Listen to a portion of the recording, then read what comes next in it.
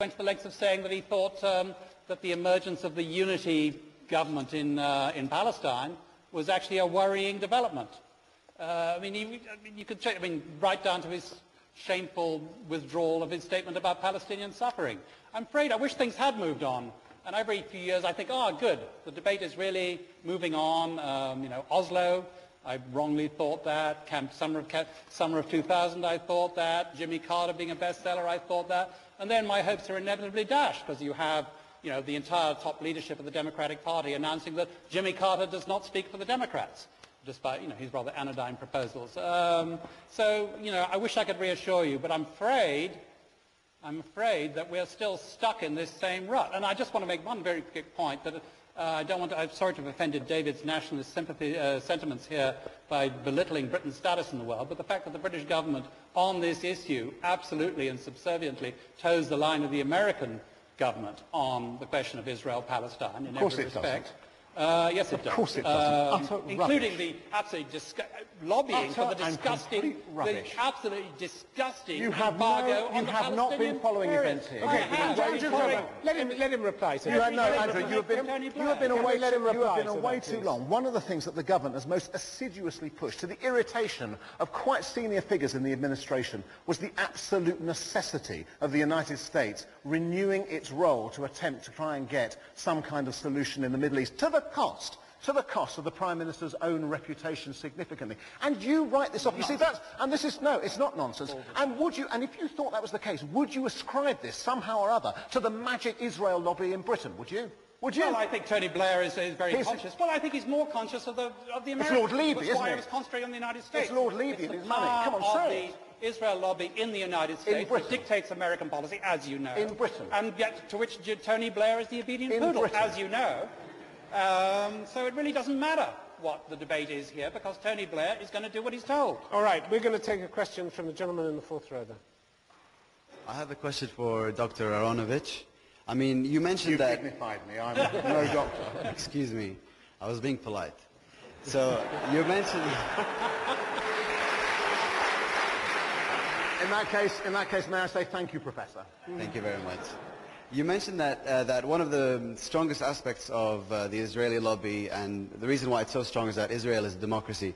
My question to you is that Hamas was democratically elected, and although it does not have the means or the financial support to create such a strong government as that of the Israelis, why has it not been accepted by the United States? And isn't that a sign that the United States, the Israeli lobby, has stifled, in fact, the acceptance of this democratically elected state? It's a very good question, but note what you've left out. You've left out that it was also rejected by the European Union.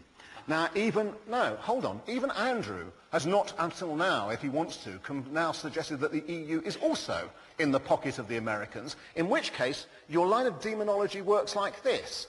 The Americans are in the pocket of the Israel lobby.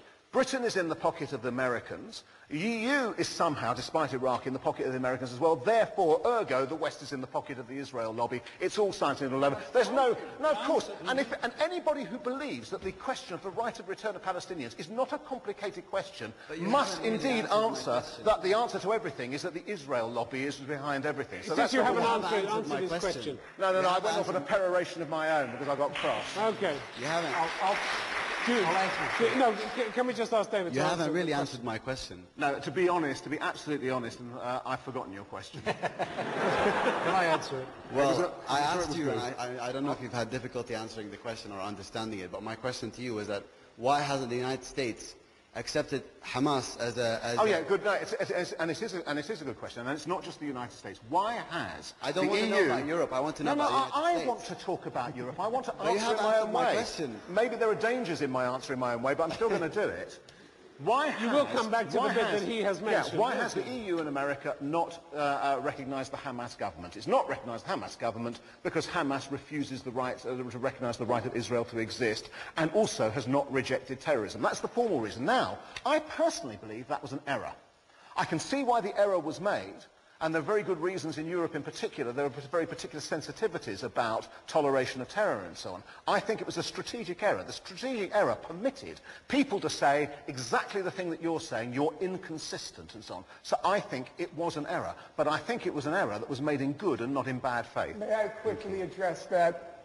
Let's agree everything Mr. Aronovich just said is true, for argument's sake.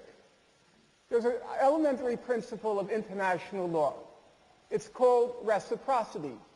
If you apply law to one side, it's called hypocrisy. If you apply it to both sides, then it's called a moral statement. So let's look at this. He says Hamas is not recognized by the EU and the United States because Hamas won't recognize Israel.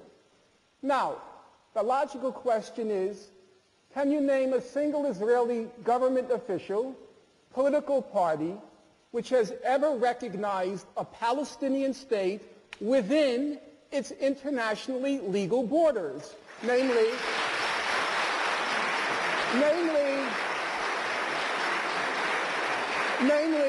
the whole of the West Bank, Gaza, and East Jerusalem as its capital. That's the law. That's what the World Court said. All right, we'll take a question from the gentleman in the third row. You, sir.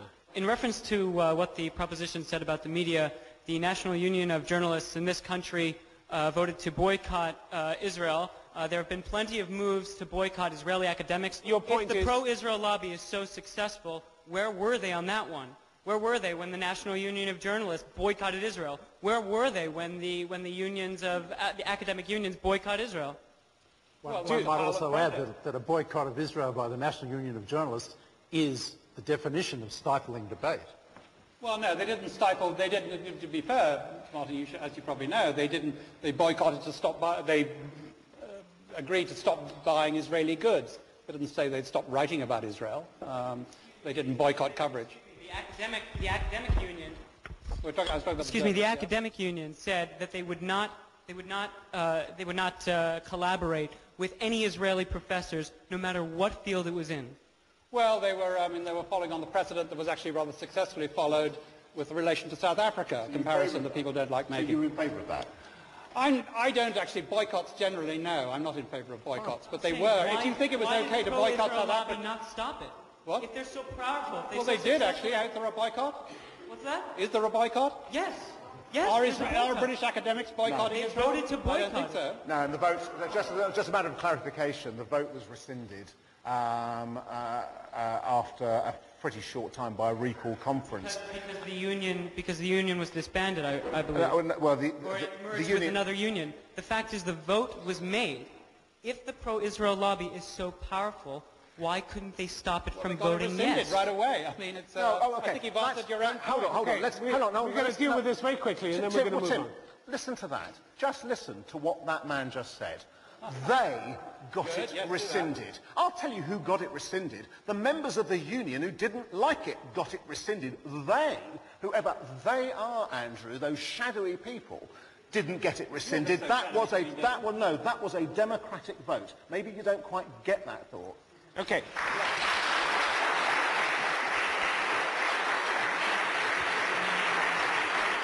Gentleman at the back, you've had your hand up for a long time. I just wanted to ask, if the lobby is not so strong, why has Congress or the Senate never, ever in its history for the last 30 years passed anything against Israel? Nothing. The proposition is not that the lobby is strong or not strong. The lobby is strong. It's strong in Congress. That's where it manifests itself.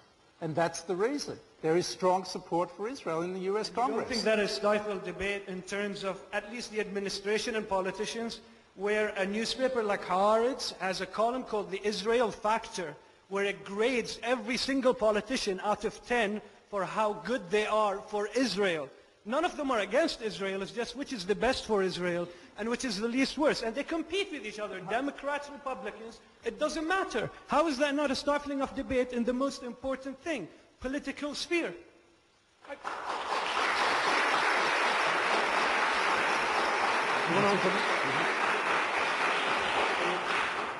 I think that what you're doing is conflating several different things here. That the lobby is powerful in Congress and ensures that the Congress is supportive of Israel is true. Does that mean that the lobby stifles debate? No.